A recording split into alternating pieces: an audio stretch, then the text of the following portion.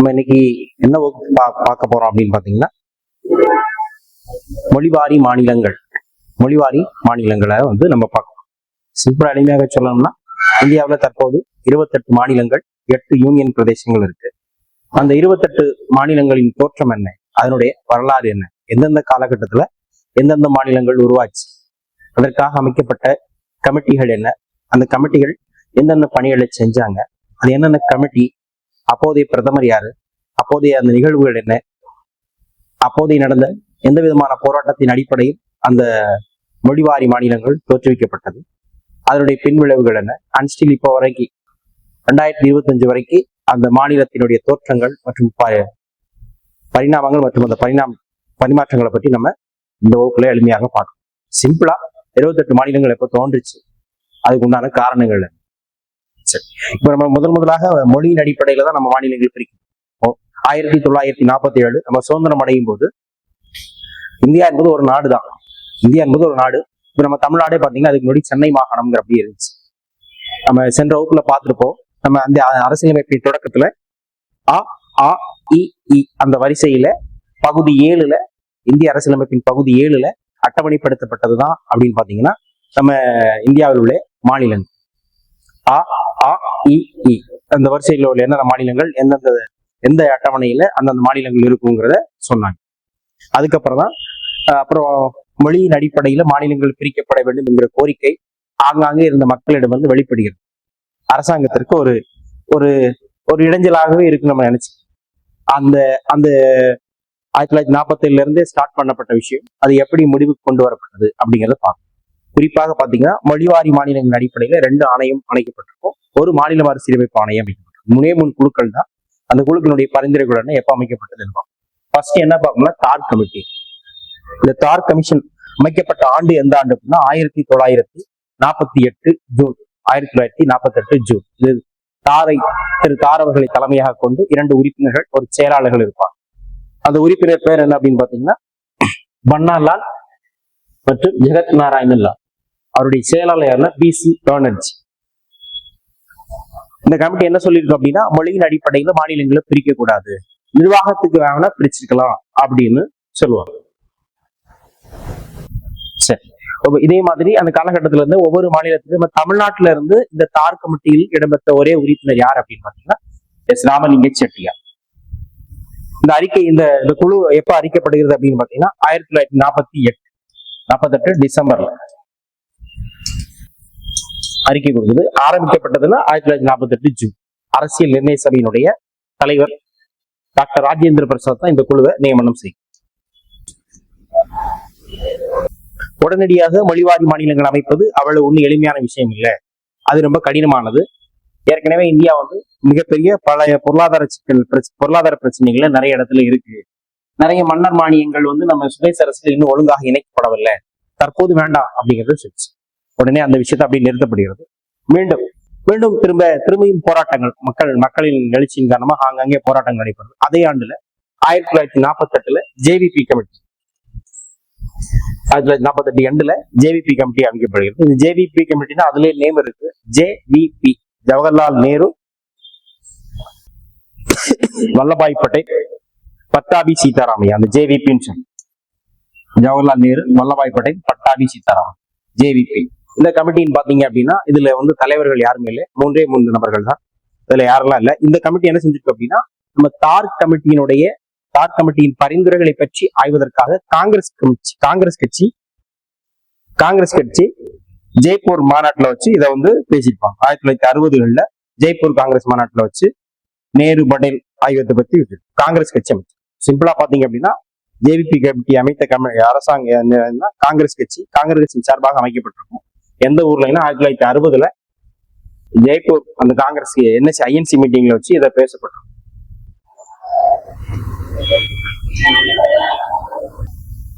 என்ன ஆச்சுன்னா, நம்ம தார் கமிஷனுடைய பரிந்துரைகளை பற்றி ஆராய்வதற்காக இந்த கமிட்டி வைக்கப்பட்டது. 1948 3 தலைவரை பார்ப்போம். திரும்ப இது எப்ப ரிப்போர்ட் கொடுக்குது அப்படின்னு பாத்தீங்கன்னா 49 ஏப்ரல்ல ரிப்போர்ட் கொடுக்குது. 1949 ஏப்ரல்ல காங்கிரஸ் கட்சியிலே தனது ரிப்போர்ட்டை கொடுக்கு. அந்த ரிப்போர்ட்ல என்ன கொடுக்கு அப்படின்னா, தார் கமிஷனுடைய பரிந்துரைகளை மீண்டும் அப்படியே சொல்லுது. அது சொன்னதோ அப்படியே சொல்லுது. இதற்கு பரிசு முட்டை குடோன்ல இருக்கலாம் அப்படிங்கிற மாதிரி என் தார் கமிட்டி என்ன விஷயத்த சொல்லிச்சோ அதன் அடிப்படையிலே சொல்லுது. சோ இதுவும் என்ன செய்யல, 2 மொழிவாரி மாநிலங்கள் ஆணையமும் என்ன சொல்லல அப்படின்னு பாத்தீங்கன்னா, நீங்க மாநிலத்தை பிரிச்சு கொடுங்க அப்படிங்கிறத சொல்லல. இது என்ன சொல்லுச்சு அப்படின்னா, மொழியின் அடிப்படையில் மாநிலங்களை பிரிப்பதை நிராகரித்தது. மொழியியல் காரணியங்கள் அடிப்படையில் மாநிலங்களை பிரிப்பது நிராகரித்தது. 48 டிசம்பர்ல அமைக்கப்பட்டது. 49 அதே ரிப்போர்ட் அப்படியே கூட அவங்க என்ன சொன்னாங்களோ அதே கூட. கொஞ்ச நாள் ஆகும், கண்டிப்பாக மாநிலங்களை பிரிக்கணும். ஆனா கொஞ்ச நாள் ஆகும். இப்போதைக்கு நிர்வாக வசதி பண வசதியும் இல்லை அப்படின்னு சொல்லி மற்ற நிர்வாகங்கள்ல நமக்கு செலுத்துறதுக்கு கரெக்டா இருக்கும் அப்படின்னு சொல்லி அதன் அடிப்படையில திரும்பியும் போராட்டங்கள் நடைபெறுது. அங்கே போராட்டங்கள் நடைபெறுது. மொழியின் அடிப்படையில பிரிக்கணும், சரிங்களா? போராட்டம் நடைபெறும் போது ஒரு போராட்டம் நடைபெறுகிறது எங்க பாத்தீங்கன்னா, சென்னை மாகாணத்துல ஒரு அங்கமான ஆந்திராவில போராட்டம் நடைபெறுகிறது. அந்த போராட்டத்துக்கு தலைமையேற்று நடத்தியவர் யாருன்னா ஸ்ரீ பொட்டு ஸ்ரீராமலு. 1952 தனி மாநில ஆந்திர கோரிக்கை ஏற்று போராட்டம் நடக்கிறாரு. 1952 அக்டோபர் 19 சாகு வரைக்கும் உண்ணாவிரத போராட்டம் இருக்கிறார். போராட்டத்தின் 65வது நாள்ல தன் இன்னுயிரை மாக்கிறாரு. சோ அவருடைய மரணம் என்ன செய்யுன்னா மக்களுக்கு மிகப்பெரிய எழுச்சியை தருகிறது. சோ இதனால கொஞ்சம் கவலைப்பட்ட நேரு அவர்கள் உடனடியாக சென்னை மாகாணத்தில் இருந்து பிரித்து தனியாக தெலுங்கு பேசக்கூடிய நபர்களுக்காக ஆந்திர மாநிலம் பிரிக்கப்படுகிறது. அப்போ சுதந்திர இந்தியாவில் முதல் மொழிவாரி மாநிலம் எதுன்னு பார்த்தீங்கன்னாக்கா ஆந்திரா. எந்த மாகாணத்திலிருந்து பிரிக்கப்பட்டிருக்கு அப்படின்னா சென்னை. அதற்கு காரணம் யாருன்னா பொட்டு ஸ்ரீராம்.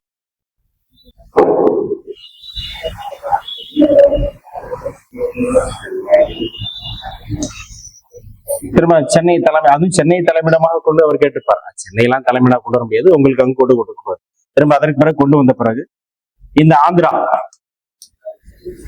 சென்னை மாகாணத்திலிருந்து ஆந்திரா பிரிக்கப்பட்ட பிறகு ஆந்திராவின் தலைநகரமாக ஒரு சென்னை மாநகரத்தில் ஒரு நகரம் செயல்பட்டுச்சு. அது என்னன்னா சைதாப்பேட்டை.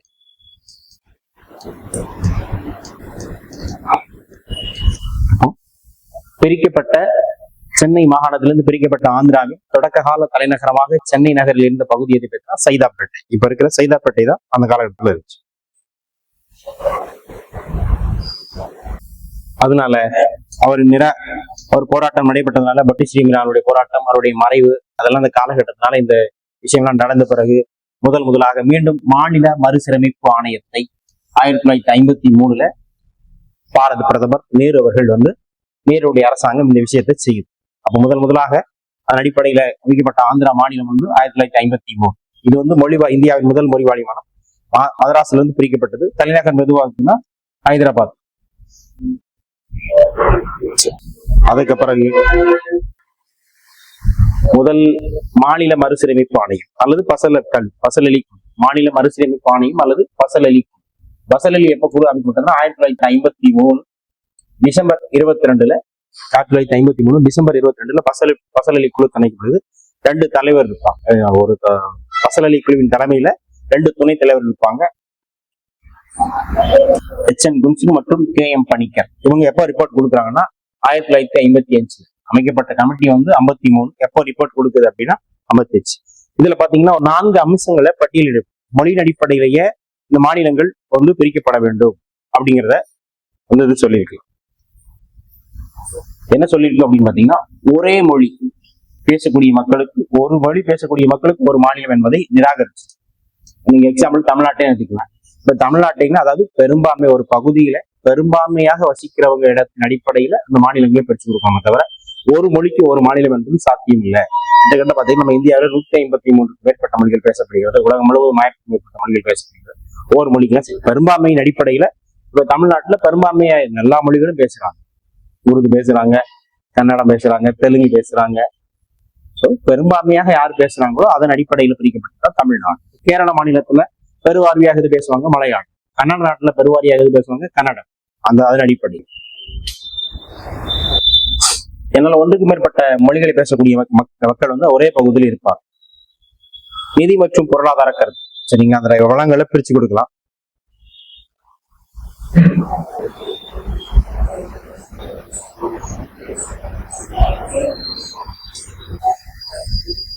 நிர்வாக மற்றும் நிதிநிலைகளை பிரிச்சு வச்சுட்டு மொழியை மட்டும் அடிப்படையாக இருக்குது. அந்த மொழியின் அடிப்படையில் அந்த விஷயத்தை செய்யக்கூடாது அப்படின்னு சொல்லி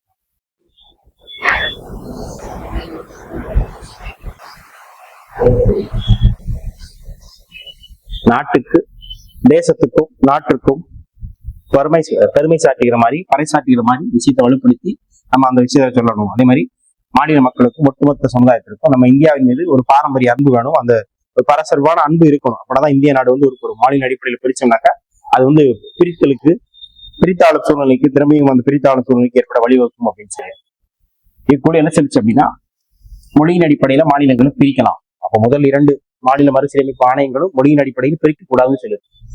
மொழிவாரி மாநிலங்கள் ஆணையம் இது மாநில மறுசீரமைப்பு ஆணையம், இது பிரிக்கலாம் அப்படின்னு சொல்லிக்கிறோம். ஆனா ஒரு மாநிலத்திற்கு ஒரு மொழி என்பது கருத்தை நிராகரிச்சு.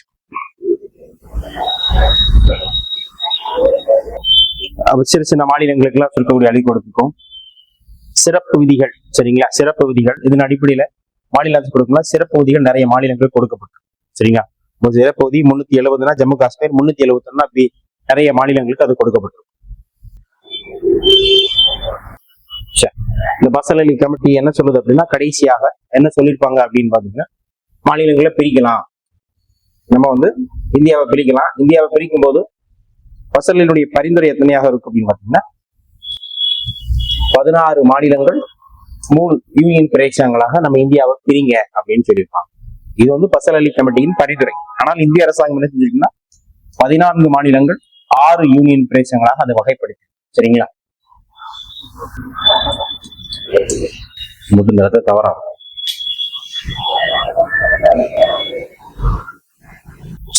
மாநில மறுசீரமைப்பு சட்டம் ரொம்ப ரொம்ப முக்கியமானது. ஏகப்பட்ட வாட்டி கேட்கப்பட்டது, சரிங்களா? மாநில மறுசீரமைப்பு சட்டம் 1956 நவம்பர் 1 நேருடைய அரசாங்கம் இந்த விஷயத்த சொல்லியிருப்பாங்க. அதாவது இந்திய அரசியலமைப்பில் உள்ள பகுதி 7 நீக்கி மாநில மறுசீரமைப்பு சட்டம் கொண்டு வந்துடும். அப்ப இப்படியும் கேட்பாங்க. அதாவது 7 என்ன சார் இருந்துச்சுன்னா, அந்த மாநிலங்கள் எந்தெந்த மாநிலங்கள் எந்தெந்த பட்டியல் இருக்கிறத சொல்லப்பட்டுச்சு. இப்ப என்ன செஞ்சிருக்காங்க அப்படின்னு பாத்தீங்கன்னா, அந்த வரிசையை நீக்கிய சட்ட திருத்தம் என்னன்னு கேட்பாங்க, சரிங்களா? 7வது சட்ட திருத்தம் 1956. எந்த பகுதி அப்படின்னா பகுதி 7. அப்போ இந்திய அரசியலமைப்பில் பகுதி 7 நீக்கிய சட்ட திருத்தம் 7 பகுதியை நீக்கிய சட்ட திருத்தமே 7. ஆன்சர் எளிமையா இருக்கு. எந்த ஆண்டு பாத்தீங்கன்னா 1956. அப்போ நம்ம அந்த பகுதி 7 நீக்க பரிந்துரை செய்த கமிட்டி அது என்னன்னு கேட்பாங்க. என்னன்னா மாநில மறுசீரமைப்பு ஆணையம் 1956. அதன் பரிந்துரை அடிப்படையில் அந்த மாநிலங்கள் கலைக்கப்படுகிறது. மாநில மறுசீரமைப்பு சட்டத்தை நவம்பர் 1 செயல்படுத்தப்பட்டு இந்தியாவில் 14 மாநிலங்கள் 6 யூனியன் பிரதேசங்கள் உருவாக்கப்படுகின்றன, சரிங்களா? 14 மாநிலங்கள்: ஆந்திர பிரதேசம், அசாம், பீகார், பம்பாய், ஜம்மு காஷ்மீர், கேரளா, மத்திய பிரதேசம், சென்னை, மைசூர், ஒரிசா, பஞ்சாப், ராஜஸ்தான், உத்தரப்பிரதேசம், மேற்கு வங்காளம். இந்த ஆளுநர்கள் இமாச்சல பிரதேசம், லட்சத்தீவு மற்றும் மினிக்காய் தீவுகள், மணிப்பூர், திரிபுரா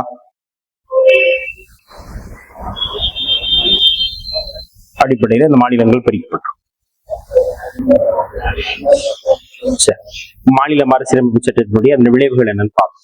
அதனுடைய பண்புகள் என்ன, அது என்னென்ன விஷயங்களை சொல்லிட்டு சிம்பிளா மாநில மறுசீரமைப்பு சட்டத்தின்படி இந்தியா எத்தனை மாநிலங்கள் மற்றும் யூனியன் பிரதேசங்களாக பிரிப்பதற்கு வழிவகை செய்யப்பட்டதுன்னா 14 மாநிலங்கள் 6 யூனியன் பிரதேசங்கள்.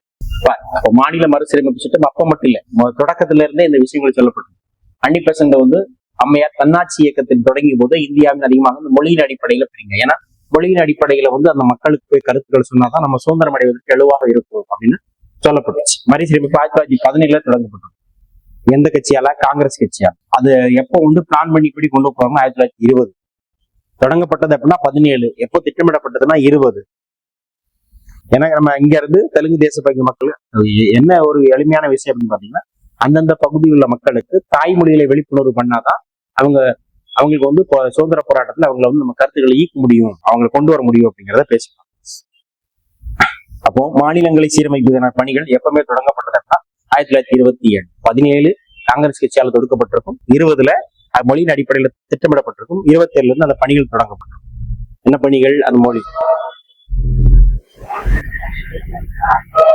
சுதந்திரத்துக்கு முன்பு இந்தியாவில 1895 இருந்தே ஒடிசா மாநிலத்திலிருந்து பீகாரை பிரிச்சு கொடுங்க அப்படின்னு போராட்டம் நடைபெற்றிருக்கும். அந்த போராட்டம் எப்போ செயல்பாட்டுக்கு கொண்டு வந்திருப்போம்னா 1936 1895 ஒடிசா மாநிலத்திலிருந்து பீகாரை தனியாக குடிச்சுங்க அப்படின்னு போராட்டம் நடைபெற்றிருக்கும். எப்போ முறைப்படி பிரிச்சுப்பாங்கன்னா 1936. அதனால தெரிஞ்சுக்கணும். சுதந்திர இந்தியாவின் முதல் மொழிவாரி மாநிலம்னாக்கா ஆந்திரா. சுதந்திரத்துக்கு முன்பு அப்படின்னு பாத்தீங்கன்னா ஒடிசா மாநிலத்திலிருந்து பிரிக்கப்பட்டு பீகார் உருவாக்கப்பட்டது. இது ரெண்டுமே ஓல்டு கொஸ்டின். அதே மாதிரி இந்த கருத்துக்களுக்கு பெரும் ஆதரவு கொடுத்தவர்னா லோகமானிய திலகர், அன்னி பெசன்ட் மற்றும் காந்தியடிகள் இந்த மொழியின் அடிப்படையில மாநிலங்கள் மறுசீரமைப்புக்கு ரொம்ப ஆதரவு கொடுத்தாங்க. ஆனா அந்த இப்படி பிடிச்சா மொழியை அடிப்படையாக கொண்டு பிரிவினை ஏற்பட்டு விடுமோ அந்த எண்ணமும் அவங்க மனசுல எப்பவுமே இருந்துக்கிடுச்சு. கண்டிப்பா இப்பவும் இருக்குல்ல, மொழிவாரி சிறுபான்மைகள் அதெல்லாம் பேசப்படுகிற எந்தமும் இருந்துச்சு. சுதந்திரம் பெற்ற பிறகு 1940 அரசியலமைப்பு சார்பில மொழிவாரி ஆணையம் அமைக்கிறது. தார் கமிட்டி, அந்த முதல் தார் கமிட்டி, அப்புறம் ஜேபிபி கமிட்டி மதிப்பீடு தான் செஞ்சது. ஆனா அது சக்சஸ் ஆகல. சரிங்களா? தற்போது வேண்டாம், இப்போதைக்கு வேண்டாம். ஏன்னா போதிய நிதி வசதிகள் போதிய அந்த வசதிகள்லாம் இல்லைங்கனால அந்த விஷயத்த சொல்லியிருப்பாங்க. கடைசி என்ன கமிட்டி தான் சொல்லியிருக்கு அப்படின்னா, நம்ம மாநில மறுசீரமைப்பு கமிட்டி ஃபசல் அலி கமிட்டியுடைய பரிந்துரையின் அடிப்படையில் தான் அதெல்லாம் கொண்டு வந்து அதை சொன்னதை திரும்ப ஃபசல் அலி கமிட்டியின் பரிந்துரை அடிப்படையில 7வது சட்ட திருத்தம் 1956 செயல்படுத்தப்பட்டிருக்கும். இந்த மாநில மறுசீரமைப்பு சட்டம் 1956 நவம்பர் 1. சரிங்களா? இதுதான் நம்ம எடப்பாடி ஆட்சி காலத்துல தமிழ்நாடு தினமாக அனுசரித்தோம்.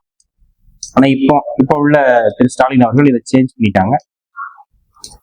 ஜூலை 18 தமிழ்நாடு தினமாக நம்ம அனுசரிக்கிறோம். ரெண்டு விஷயத்தையுமே ஹிஸ்டரியை தெரிஞ்சு வச்சுக்கணும்.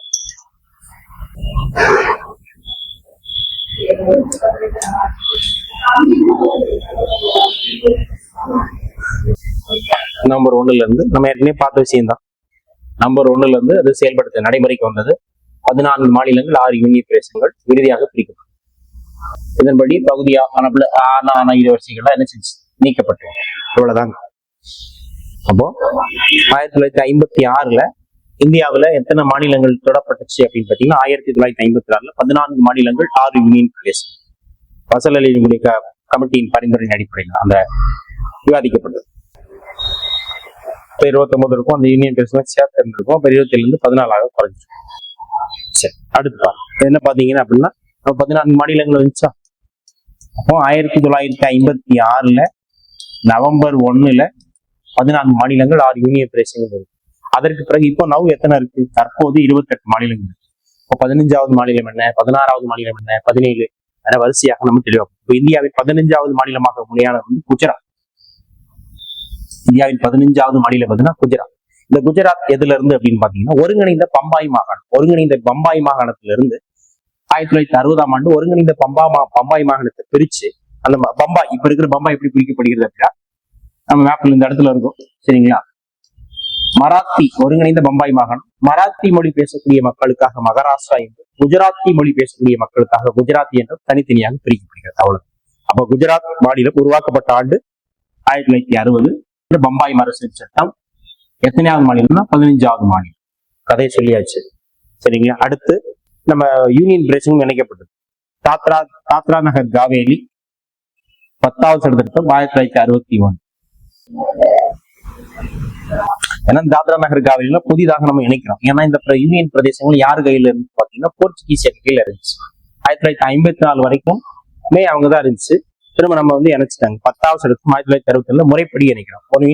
ஒரு முறைப்படி புதிதாக இணைக்கப்படும் போது எந்த விதியின்படினா 2வது அரசியலமைப்பு 2வது விதியின்படி புதிதாக இந்திய பரப்பளவில் ஒரு பகுதி இணைக்கப்படும். அடுத்து பாத்தீங்க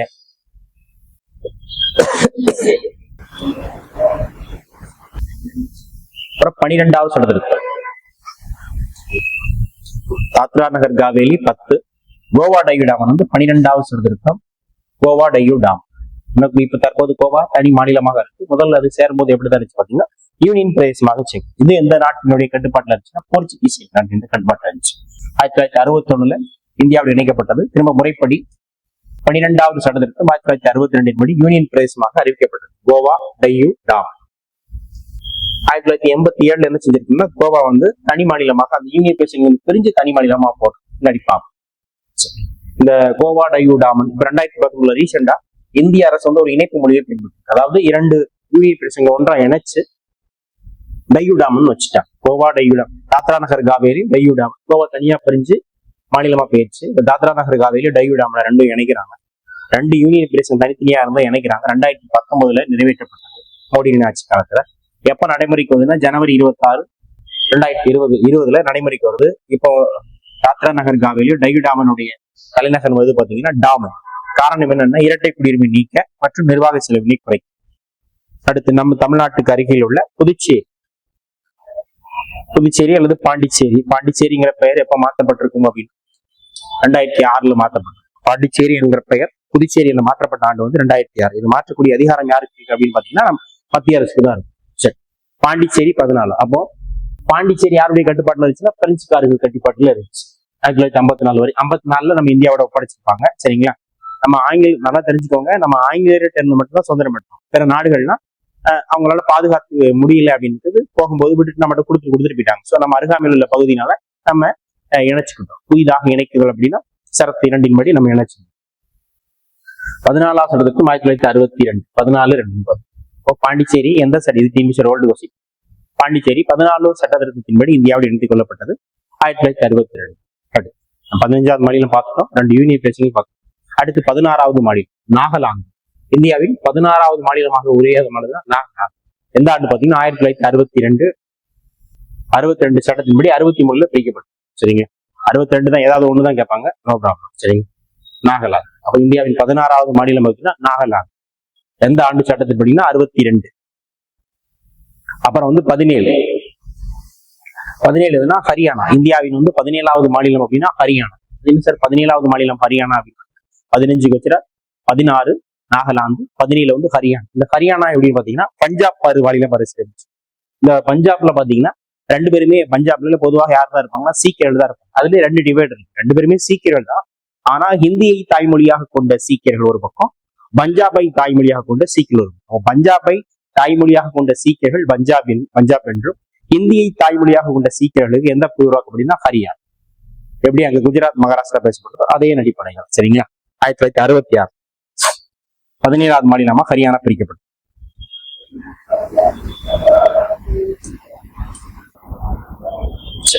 இந்த பஞ்சாப் மாநிலம் அந்த பஞ்சாப் மறுசீரமைப்புல பிரிவதற்கு ஒரு முக்கியமான வந்து ஒரு ஆணையம் வந்து ரொம்ப முக்கியமா இருக்கு. ஷா ஆணையம். எப்படி நம்ம இங்க இருக்க ஆந்திராவுக்கு அவருக்கு மாதிரி ஒரு ஷா ஆணைய பரிந்துரைத்தின் அடிப்படையில தான் அந்த பஞ்சாப் மாநிலம் 2ஆக பிரிக்கப்படும். மாஸ்டர் தாரா சிங் தலைமையிலான அகாலி தளம், அங்க உள்ள ஒரு அரசியலமைப்பு இயக்கம் தான் பஞ்சாப் கோரிக்கை எழுப்பப்பட்டது. அகாலி தளம் சீக்கியனுடைய குழு. ஷா ஆணையத்தின் பரிந்துரையின் அடிப்படையில் 1960 பஞ்சாபி மொழி, சரிங்க, பஞ்சாபி மொழி பேசக்கூடிய மக்களுக்காக பஞ்சாப் என்றும், ஹிந்தி மொழி பேசக்கூடிய மக்களுக்காக ஹரியானா பிரிக்கப்பட்டது. அதுல இந்த 2 பகுதிக்குமே தலைநகராக எதிர்க்கான சண்டிகர் இருந்துச்சு. பொதுவாக ஒருங்கிணைந்த பஞ்சாப்ல எது தலைநகராக சண்டிகர். இவங்க என்ன கேட்டாங்க, பஞ்சாப்காரங்க எங்களுக்கும் சண்டிகர் தான் தலைநகரமா வேணும், ஹரியானாக்காரங்க எங்களுக்கும் சண்டிகர் தான் தலைநகரமா வேணும்னு சண்டை போட்டு போவாங்கடா அப்படின்ட்டு 2 பேத்துக்கும் நீங்களே இருக்கணும் அதே வச்சுக்கோங்க. இதை ஒரு யூனியன் பிரதேசமாக கையப்படுத்தி வச்சுட்டு இப்ப 2க்குமே பொது தலைநகரமாக உள்ளது. இந்தியாவில் 2 மாநிலங்களுக்கு பொது தலைநகராக உள்ள ஒரு பகுதி தான் சண்டிகர். அது தற்போது யூனியன் பிரதேசமாக இருக்கு, யூனியன் டெரிட்டரி. சரிங்க, அவ்வளவு. அடுத்து பாத்தீங்கன்னா 18வது மாநிலம் இமாச்சல பிரதேசம். வடகிழக்கு மாநிலங்களுடைய மறுசீரமைப்பு சட்டத்தின்படி அதுல பிரிக்கப்படும். 1971 அது அந்த விஷயங்களுக்கு சேர்க்கப்படும். சரி, 70, 71 பார்ப்போம். 71 தனிமாக பிரிக்கப்பட்டு இந்தியாவின் 18வது மாநிலமாக ஜனவரி 21, 1971 வந்து இமாச்சல பிரதேசம் செயல்படும். அப்போ குஜராத், நாகாலாந்து, ஹரியானா, இமாச்சல பிரதேசம் 15, 16, 17, 18 இந்த 4 மாநிலங்களிலுமே நீங்க இப்போ 1960, இது 1962, 1962, மூணாவது வந்து 1966, இது வந்து 1972, 60, 62, 66, 72. சரிங்களா? இது எப்படி எளிமையா ஞாபகம், அது ஒரு வரிசை இருக்குது. 4 மாநிலம். குதிரைக்கு குதிரைக்கு நாக்கு அங்கிட்டும்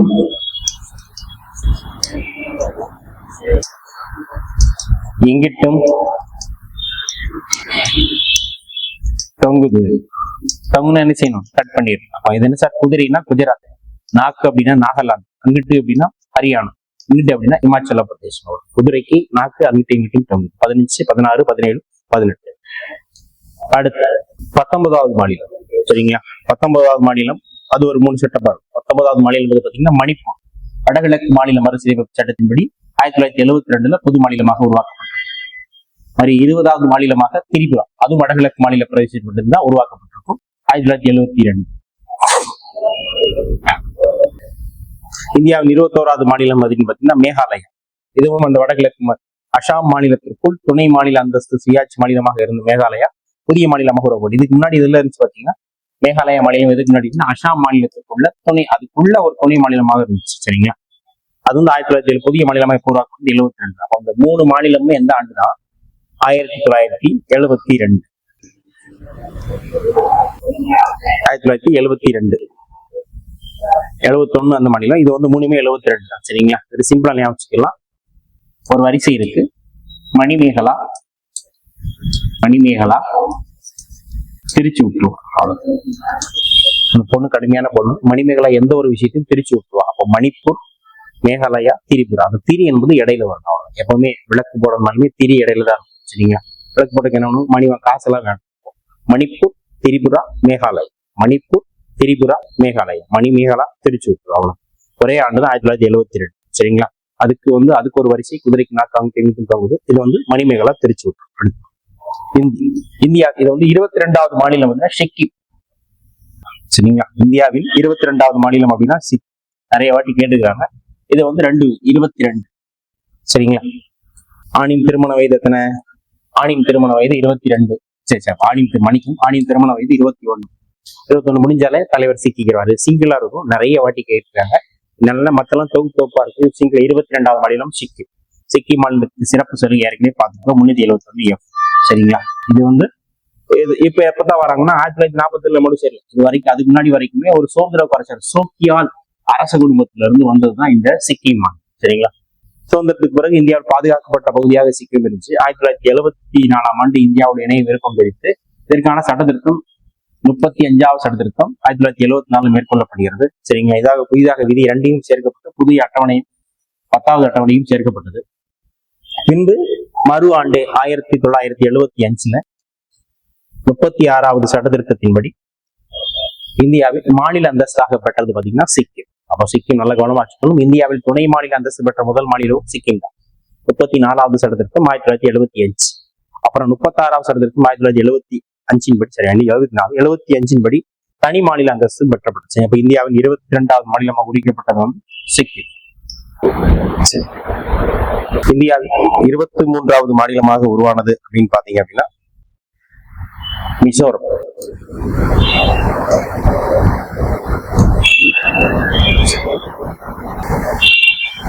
அடுத்து பாத்தீங்கன்னா 24வது மாநிலம் அப்படின்னு பாத்தீங்கன்னா அருணாச்சல பிரதேசம். 25வது மாநிலம் கோவா. இந்த மிசோரம் மாநிலம் பாத்தீங்க அப்படின்னா இதுக்கு முன்னாடி 1987 பிப்ரவரி 20 இருந்து நம்ம நடைமுறைக்கு வந்துடும். அதே மாதிரி மிசோரம் அமைதி ஒப்பந்தம், அந்த ஒப்பந்தத்தின் அடிப்படையில் தான் அந்த மாநிலமே உருவாக்கப்பட்டிருக்கும் 1986. அடுத்து பாத்தீங்கன்னா 24வது மாநிலமாக அருணாச்சல பிரதேசம். அசாமில் இருந்து யூனியன் பிரதேசனாக பிரிந்து பின்பு அருணாச்சல பிரதேச மாநிலமாக அது உருவாக்கப்பட்டது. அடுத்து வந்து 25வது மாநிலம் கோவா. ஏற்கனவே பாத்தீங்க அப்படின்னா நம்ம கோவா, டையூ, டாமன் 3மே சேர்ந்து ஒரு யூனியன் பிரதேசமா இருக்கும். அந்த இதுல இருந்து பிரிஞ்சு கோவா மட்டும் தனி யூனியன் பிரதேசமாக யூனியன் பிரதேசம் வந்து பிரிஞ்சு கோவா தனி மாநிலமாக உருவாக்கப்பட்டிருக்கும். அது பாத்தீங்கன்னா 1987 56வது சட்ட திருத்தம் 1987 உருவாக்கப்பட்டது. சரிங்களா? மிசோரம், அருணாச்சல பிரதேசம், கோவா. 23, 24, 25 இந்த முதல் 2 மாநிலமே 1986. 3வது மட்டும் பாத்தீங்கன்னா 87 இருக்கும். அதை எப்படி நம்ம எளிமையா ஞாபகம் வச்சுக்கலாமா?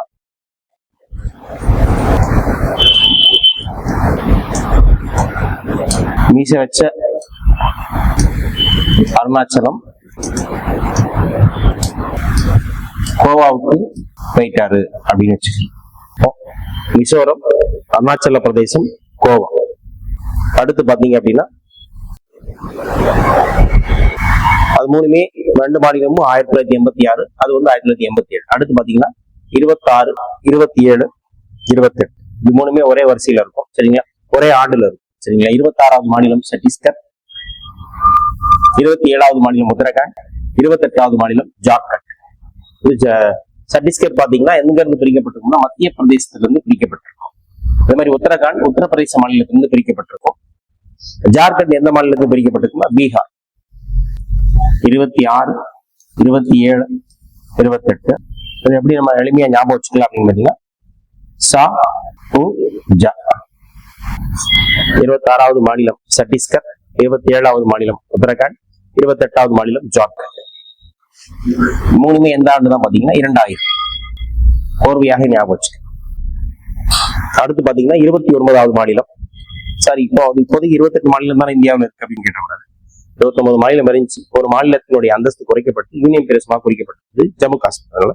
29வது மாநிலமாக உருவானது பாத்தீங்கன்னா தெலுங்கானா. ஒருங்கிணைந்த ஆந்திராவில இருந்து பிரிக்கப்பட்ட எந்த மாநிலம் உருவாக்கப்பட்டதுன்னா தெலுங்கானா. 2014 ஜூன் 2 இதை உருவாக்கி இருக்கிறார். எந்த ஏற்கனவே பார்த்திருப்போம், இந்தியாவில முதல் மொழிவாரி மாநிலம் எது அப்படிதான் ஆந்திரா. சுதந்திரத்துக்கு பிறகு 1953 பிரிக்கப்பட்டிருக்கும். இந்த ஒருங்கிணைந்த ஆந்திரா வந்து எந்த கமிட்டியின் பரிந்துரை அடிப்படையில் பிரிக்கப்பட்டிருக்கும்? ஸ்ரீ கிருஷ்ணா கமிட்டியின் பரிந்துரை அடிப்படையில அது பிரிக்கப்பட்டிருக்கும். இந்தியாவிலே முதல் மொழிவாரி மாநிலம் எதுதான் நம்ம ஆந்திரா. 1953 கொடுக்கப்பட்டிருக்கும். திரும்ப அவங்களுக்கு ஒரு பிரிவு ஏற்படுகிறது. சரி, ஒருங்கிணைந்த ஆந்திராவிலே 2 பிரிக்கிறாங்க. 2014 ஆந்திர மாநில மறுசீரமைப்பு சட்டத்தின்படி 2014 பிரிக்கப்படுகிறது. 2 மாநிலங்களாக பிரிக்கப்படுகிறது. 2 மாநிலங்கள் எப்படி பாத்தீங்கன்னா 2 பேருமே நம்ம தெலுங்கு மொழியை ஆந்திரா மக்களுக்கு ஆந்திராவும், தெலுங்கு பேசக்கூடிய மக்களுக்கு தெலுங்கானாவும், ஒருங்கிணைந்த ஆந்திராவை 2ஆ பிரிக்கிறாங்க சரிங்களா. ஆனா 2 மாநிலங்களுக்குமே பொது தலைநகராக எது இருக்கும் அப்படின்னு சொல்றாங்கன்னா ஹைதராபாத். எத்தனை ஆண்டுகளுக்கு இருக்கும்னா 10 ஆண்டுகளுக்கு இருக்கும் ஒரு ஒப்பந்தத்தின் அடிப்படையில் போட்டோம். இப்ப புதிதாக உருவாக்கப்பட்ட தெலுங்கானாவின் தலைநகரம் எது அப்படின்னு பாத்தீங்கன்னா ஹைதராபாத். ஒருங்கிணைந்த ஆந்திராவின் தலைநகரம் ஹைதராபாத் தான் இருந்துச்சு சரிங்களா. அப்புறம் ஆந்திராவின் தலைநகராக அமராவதியில் வந்து இந்தியாவின் 25வது உயர்நீதிமன்றம் நிறுவப்பட்டது. 25வது உயர்நீதிமன்றம் நிறுவப்பட்டது எங்க பாத்தீங்கன்னா ஆந்திர மாநிலத்தில். ஆந்திராவின் தலைநகரான அமராவதியில ஜனவரி 1, 2019 நிறுவப்பட்டது. இதுதான் இந்தியாவின் 25வது உயர்நீதிமன்றம். ஆந்திராவின் தலைநகரம் பாத்தீங்கன்னா அமராவதி. தெலுங்கானாவின் தலைநகரம் ஏற்கனவே இருந்த நகரம், ஒருங்கிணைந்த ஆந்திராவின் தலைநகராக இருந்த ஹைதராபாத் நகரம் சரிங்களா. நம்ம பார்த்தாச்சு. 23, 24, 25, 26, 27, 28 அந்த 25 மீச வச்சு அருணாச்சலம் கோவிச்சு போயிட்டாரு. அதுக்கப்புறம் சாவூஜா அந்த வரிசையை ஞாபகம் வச்சு. அடுத்து பாத்தீங்கன்னா ஜம்மு காஷ்மீர் பத்தி பார்க்கறோம். ஏற்கனவே அரசியலமைப்புல பார்த்தோம். ஜம்மு காஷ்மீர் சிறப்பு அந்தஸ்து வழங்கக்கூடிய பிரிவு வந்து பாத்தீங்கன்னா 370. இது எப்ப கொடுக்கப்பட்டிருக்கும்? மன்னர் ராஜா ஹரிசிங் மற்றும் நேருவினுடைய அமைச்சரவையின் ஒப்பந்தத்தின் அடிப்படையில இந்த 370 கொடுக்கப்பட்டது. எப்ப வரைக்கும் இது சிறப்பு, இந்த 370 சிறப்பு சலுகை எப்போ வரைக்கும் இருந்த செயல்பாட்டுல இருந்ததுன்னா 2019 வரைக்கும் இருந்துச்சு.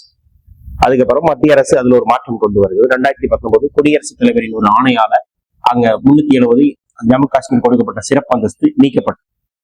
சிறப்பு அந்தஸ்து எப்போ உருவாக்கப்பட்டது அப்படின்னா 1954 நேரு மற்றும் ராஜா ஹரிசிங் அந்த மன்னர், ஜம்மு காஷ்மீருடைய மன்னரின் ஒப்பந்தத்துல 1954 கொண்டு வரப்பட்ட யாருடைய அமைச்சரவையில் அந்த வந்து 370 விதி உருவாக்கப்பட்டதுன்னு அப்படிங்கன்னா நேரு. யாருடைய அமைச்சரவை நீக்கப்பட்டது அப்படின்னு கேட்டாங்கன்னா மோடி. 2019 கொண்டு வந்த பிரதமர் யாரு, நீக்கிய பிரதமர் யாரு அப்படின்னு கேட்பாங்க. அது ஒரு கேள்வி. அப்புறம் பாத்தீங்க அப்படின்னா இந்த 370 விதியை எழுத மறுத்திருப்பார் அரசியலமைப்பு எழுதிய அம்பேத்கர் அவர்கள். இந்த 370 விதியை எழுத மறுத்திருப்பார். ஏன் எழுத மறுத்திருப்பார் அப்படின்றது, எதுக்கு இந்த மாநிலத்துக்கு மட்டும் ஒரு சிறப்பு தகுதி அப்படின்னு அதை கொடுத்திருப்பார், எழுத மறுத்திருப்பாரு. இது டிஎன்பிசி ஓல்டு கொஸ்டின். விதி 370 எழுத மறுத்தவர் யாருன்னா அண்ணல் அம்பேத்கர். அதனால அப்ப அதை எழுதி கொடுத்தவர் யார் அப்படின்னா கோபாலசுவாமி ஐயங்கார். எழுதியவர் யாருன்னு கேட்டாங்கன்னா கோபாலசுவாமி ஐயங்கார்.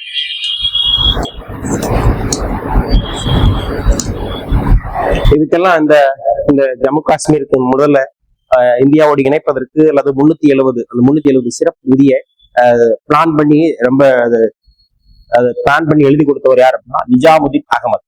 அவர் தான் அந்த 370 வந்து உருவாக்குவதற்கு பிளான் பண்ணியே கொடுத்திருப்பார். யாராவது நேரு அமைச்சரவையில இருந்த ஒரு அமைச்சர், நேருவின் அமைச்சரவையில இருந்த ஒரு அமைச்சர் தான் அந்த நிஜாமுதீன் அகமது தான் இந்த 370 கான்செப்டை ஒரு தெளிவாக ஒரு வரையறையை எழுதி கொடுத்திருக்கார். ஆகஸ்ட் 5, 2019 அரசியலமைப்பின் சிறப்பு பிரிவு 370 நீக்கப்பட்டது. ஆனா அரசியலமைப்பு ஒரு தொடர்ந்து இருக்கு, சரிங்களா? அப்ப நீக்கியது எப்போ செயல்பாட்டுக்கு வருது பாத்தீங்கன்னா அக்டோபர் 31, 2019 அந்த ஆணையானது செயல்பாட்டுக்கு வருது. ஆகஸ்ட் 5, 2019 நீக்கிறாங்க. எப்போ செயல்பாட்டுக்கு வருது? அக்டோபர் 31. யாருடைய பிறந்த தினம் பாத்தீங்கன்னா இந்தியாவை ஒருங்கிணைத்த சர்தார் வல்லபாய் படேலுடைய பிறந்த தினமானது வந்து நடைமுறைக்கு வரும். அப்புறம் ஜம்மு காஷ்மீர் மாநில மறுசீரமைப்பு 2019 படி ஒரு மாநிலம் என்பது 2 யூனியன் பிரதேசங்களாக பிரிக்கப்படுது. ஜம்மு காஷ்மீர் ஒன்று, லடாக். கார்கில் மற்றும் லே மாவட்டங்கள் உள்ளடக்கிய லடாக்ல 2 யூனியன் பிரதேசம். ஒரு மாநில அந்தஸ்தை நீக்கிட்டு 2 யூனியன் பிரதேசமாக உருவாக்குறாங்க. அப்போ இந்தியாவில் கடைசியாக மாநில அந்தஸ்து இழந்த மாநிலம் எதுன்னு கேட்பாங்க, ஜம்மு காஷ்மீர். அதுல சட்டப்பிரிவு 35A காஷ்மீரை நிரந்தர குடியேற்பு வரையறுக்கிறது. அது ஒண்ணு. நிரந்தர குடிப்பல் வேலை வாய்ப்பு, சொத்து சம்பந்தப்பட்ட வகைகளும் பாதிக்கப்படுகிறது. அப்ப எப்படி கவுண்டிங் எப்படி வருது பாத்தீங்கன்னா இந்தியாவில 29 மாநிலங்களில் இருந்த எண்ணிக்கை வந்து எத்தனையாக குறைக்கப்படுகிறது அப்படின்னு பாத்தீங்க அப்படின்னா 28 குறைக்கிறது. அப்ப எப்படி உங்களுக்கு புரியுதுங்களா? அதாவது 29 மாநிலம் இருந்ததை எப்படி 28 குறைஞ்சிருக்கு அப்படின்னு. சரி, 29வது மாநிலம் தெலுங்கானான்னு சொன்னீங்கன்னா எப்படி 28 இருந்துச்சுன்னா அதான் ஏற்கனவே ஒரு மாநில அந்தஸ்துல இருந்த ஒரு மாநிலத்தை ஜம்மு காஷ்மீரை எதவா நீக்கிருக்கு, எதுவா அதை குறைச்சிட்டு யூனியன் பிரதேசமா ஆக்கிருக்கு. அவ்வளவுதான். அதுக்கப்புறம் பாத்தீங்கன்னா மாநிலங்களின் பெயர் மாற்றம். ஏற்கனவே பகுதி 1 நம்ம பார்த்திருப்போம். பொதுவாகவே ஒரு மாநிலங்களின் பெயர் மாற்றம், எல்லை மாற்றம், அதுல செய்யக்கூடிய அதிகாரம் யாருக்கு இருக்கு அப்படின்னு பாத்தீங்கன்னா மத்திய அரசுக்கு தான் இருக்கு. பகுதி 1 அதை பத்தி சொல்லியிருக்கோம். நடந்து கிட்டத்தட்ட ஒரு 70-79 ஆண்டு கால வரலாற்றுல எந்தெந்த மாநிலங்களினுடைய பெயர்கள் மாற்றம் செய்யப்பட்டுங்கிறத நம்ம பார்க்கணும். இந்தியாவின் முதல் முறையாக உத்தரப்பிரதேசத்தின் மாநிலம், உத்தரப்பிரதேசம் இருக்கு. அப்ப இருக்கிற உத்தரப்பிரதேச மாநிலத்தினுடைய பழைய பெயர் என்ன அப்படின்னு ஒருங்கிணைந்த மாகாணம். அப்ப உத்தரப்பிரதேசத்தின் பழைய பெயர் என்னன்னு கேட்பாங்க, ஒருங்கிணைந்த மாகாணம். அது உத்தரப்பிரதேசம் எப்பொழுது மாற்றப்பட்டதுன்னா 1950 பெயர் மாற்றம் செய்யும். அடுத்து பாத்தீங்கன்னா நம்மளுடைய தமிழ்நாடுங்கிற பெயர் இப்பதான் இருக்குது, சரிங்களா? இதுக்கு முன்னாடி தமிழ்நாட்டின் பழைய பெயர் என்ன கேட்பாங்க, சென்னை மாகாணம், சரிங்களா? சென்னை மாகாணம் 1969 பெயர் மாற்றம் செய்யப்படுகிறது. 68 சட்டத்தின்படி, பெயர் மாற்ற சட்டத்தின்படி 69 பெயர் மாற்றம் செய்யப்படுகிறது. நடைமுறைக்கு வந்து ஜனவரி 14, 1969 சென்னை மாகாணம் என்கிற பெயர் தமிழ்நாடு என்று பெயர் மாற்றப்பட்டது. மாற்றியவர் யார் பார்த்தீங்கன்னா அப்போதைய முதலமைச்சராக இருந்த பேரறிஞர் அண்ணா அவர்கள். அடுத்து பாத்தீங்கன்னா மைசூர், நம்ம பக்கத்து மாநிலமான கர்நாடகா மாநிலத்தினுடைய பழைய பெயர் என்ன பண்ணா மைசூர் மாநிலம். மைசூர் மாநிலத்தை அப்படின்னு வச்சிருக்காங்கன்னா கர்நாடகான்னு மாட்டாங்க. எந்த ஆண்டு பாத்தீங்கன்னா 1973. அதே மாதிரி நம்ம மேற்கு அரபிக்கடலில் உள்ள லட்சத்தீவு, மினிக்காய் மற்றும் அமினி தீவுகள் எல்லாம் 2-3 தீவுகள் கூட்டமைப்பை சேர்ந்து எல்லாத்தையும் சேர்த்து ஒரே பேரா லட்சத்தீவுகள் என பெயர் மாற்றம் செஞ்சிருக்காங்க 1973, 2 முறை ஆண்டுல. அடுத்து பாத்தீங்கன்னா நம்ம பர்டிகுலரா ஒரு நம்ம இந்தியாவின் தலைநகரமான டெல்லி, முக்கியமானது ஏகப்பட்ட வாட்டி கேட்டுக்கிறேன், சரிங்களா? தேசிய தலைநகரா, இந்தியாவின் தேசிய தலைநகரா டெல்லி அறிவிக்கப்பட்ட ஆண்டு என்னன்னு கேட்பாங்க, சரிங்களா? 1992. எந்த சட்டத்தின்படி அப்படின்னு பாத்தீங்கன்னா 69வது சட்ட திருத்தம் 1991. கவனமா இருக்கணும். சட்ட திருத்தம் அப்படின்னா 69வது சட்ட திருத்தம் 1991. எப்ப நடைமுறைக்கு வருது அப்படின்னா 92, பிப்ரவரி 1, 1992. அப்புறம் பாத்தீங்கன்னா இப்ப இருக்கிற உத்தராஞ்சல் என்ற பெயரை உத்தரகாண்ட் மாத்துறாங்க. ஏற்கனவே வரிசையில பார்த்தோம், சரிங்களா? சத்தீஸ்கர், உத்தரகாண்ட், ஜார்க்கண்ட் அந்த மாநில வரிசையில் பார்த்தோம். அதுல பாத்தீங்க அப்படின்னா நம்ம உத்தராஞ்சல் என்கிற பெயரை எவ்வாறு மாத்துறாங்கன்னா உத்தரகாண்ட். எந்த ஆண்டு பாத்தீங்கன்னா 2006. அடுத்து பாத்தீங்கன்னா நம்மளுக்கு அருகில் உள்ள யூனியன் பிரதேசமான பாண்டிச்சேரி, சரிங்க. இந்த பாண்டிச்சேரி என்ற பெயரை எப்பொழுது புதுச்சேரி என பெயர் மாற்றம் செய்யறாங்க அப்படின்னா 2006. எந்த சட்ட திருத்தத்தின்படி பாண்டிச்சேரி இணைத்துக் கொள்ளப்பட்டதுன்னா 14வது சட்ட திருத்தம். அடுத்து பாத்தீங்கன்னா ஒரிசா என்ற பெயர் ஒடிசா என பெயர் மாற்றம் செய்யப்படும். எந்த ஆண்டு பாத்தீங்கன்னா 2011, சரிங்களா? சார் இந்த பெயர்கள்லாம் மாற்றத்துக்கு யாருக்கு சார் அதிகாரம் உண்டு அப்படின்னு பாத்தீங்கன்னா மத்திய அரசு மட்டும்தான் அந்த அதிகாரம் உண்டு. மத்திய அரசு மட்டும்தான் அதிகாரம் உண்டு. ஏன் சார் மாநில அரசு கிடையாதுன்னா கிடையாது. ஏன் அப்படின்னு பாத்தீங்கன்னா அந்த பெயர்கள் மாற்றத்தினுடைய அது இந்தியாவுடைய ஒற்றுமைக்கு சீர்குலைக்காது. அதனால பெயர்களை எல்லை நீக்கம், மாநிலத்தினுடைய எல்லை குறைக்க, கூட்ட, பெயர் மாற்றம் செய்ய. இப்ப சமீபத்துல கூட கேரளா மாநிலம் கேரளாங்கிற பெயரை கேரளம் என்று பெயர் மாற்றம் சொல்லி தீர்மானம் நிறைவேற்றி கொடுத்திருக்கிறாங்க. அதுவும் அப்போது ப்ரொபோசல் போயிருக்கு. இது முழுவதுமாக நடைமுறைக்கு வரும். சரிங்களா? ஒரு மாநில அரசு பெயர் மாற்றம் சொல்லி தீர்மானம் நிறைவேற்றி மத்திய அரசு கொடுத்தாங்கன்னா மத்திய அரசும் அந்த மக்களவை மற்றும் மாநிலங்கள் நிறைவேற்றி அதை செய்து கொடுக்கும். சரிங்க? அதனோட வழிமுறைகள் என்ன அப்படின்னு பாத்தீங்கன்னா, நகரங்களின் பெயரை மாற்றுவதை போலல்லாமல் மாநிலத்தின் பெயரை மாற்ற மத்திய உள்துறை அமைச்சகத்தின் ஒப்புதல் அதன் 1953 ஆண்டு விதிகளின்படி கொடுப்போம். சரிங்களா? இப்ப நம்ம மாவட்டத்தினுடைய உள்ளூர் லோக்கல்ல பேரை மாற்றணும்னா மாநில அரசே செஞ்சுக்கணும். ஆனா மாநிலத்தின் பெயரை மாற்றணும்னா அது மத்திய அரசு தான். இந்த மாற்றத்தை பாதிக்க அரசியலமைப்பு திருத்தம் அவசியமாகிறது என்பது இதன் பொருள். சிம்பிளா பேர் மாற்றணும்னா அரசியலமைப்பு திருத்தம் வேணும். அரசியலமைப்பு திருத்தம் யார் தான் பண்ணுவா? நாடாளுமன்றம் தான் பண்ணும். அதனாலதான். காரணம் என்ன பாத்தீங்கன்னா, நம்ம நிறைய பொதுத்துறை நிறுவனங்கள் இருக்கு. ரயில்வே அமைச்சகம், புலனாய்வு பணிகம், தபால் துறை, சர்வே ஆஃப் இந்தியா, இந்திய பதிவாளர், அதாவது ரெக்கார்டிங்ல பேசுவாங்கல்ல, எல்லாமே சொல்ல போனா டாக்குமெண்ட் அந்த பெயர் மாற்றம் அதெல்லாம் சிக்கல் எழுதுனால அது மத்திய அரசு செய்யும். சரிங்களா? மத்திய அரசு உள்துறை அமைச்சரின் பொறுப்பை ஏற்று அந்த மாநிலத்தின் முன்மொழி ஏற்றுக்கொள்ளப்பட்டால் அந்த தீர்மானம் நாடாளுமன்றத்தில் மசோதாவாக வைக்கப்பட்டு சட்டமாகி அதன் பேர் மாநிலத்தின் பெயர் மாற்றம். மாநிலத்தினுடைய பரிந்துரையின் அடிப்படையில அந்த பெயர்கள் மாற்றம். இப்ப நம்ம என்ன பார்த்தோம் அப்படின்னா, நம்ம ஸ்டார்டிங்ல இருந்தே பார்த்தோம், ஒன்றிய மற்றும் மாநில மற்றும் யூனியன் பிரதேசங்கள். அதாவது இந்தியாவில மாநிலங்களின் உருவாக்கம் எப்படி இருந்தது. 2 கமிட்டி பார்த்தோம். இதுக்கப்புறம் தார் கமிட்டி, அதுக்கப்புறம் ஜேவிபி கமிட்டி, அதுக்கப்புறம் பசலலி குழுவின் பரிந்துரையின் அடிப்படையில இந்தியாவில 16 பேசிருக்கு. நம்ம 14 மாநிலம் 6 யூனியன் பிரதேசங்கள் உருவாக்கப்பட்டது. அதனுடைய வரிசைகள் என்ன, அந்த விஷயங்களை பார்த்துருக்கோம். தொடர்ந்து நம்ம அடுத்த வகுப்புல பார்க்கலாம். நன்றி, வணக்கம்.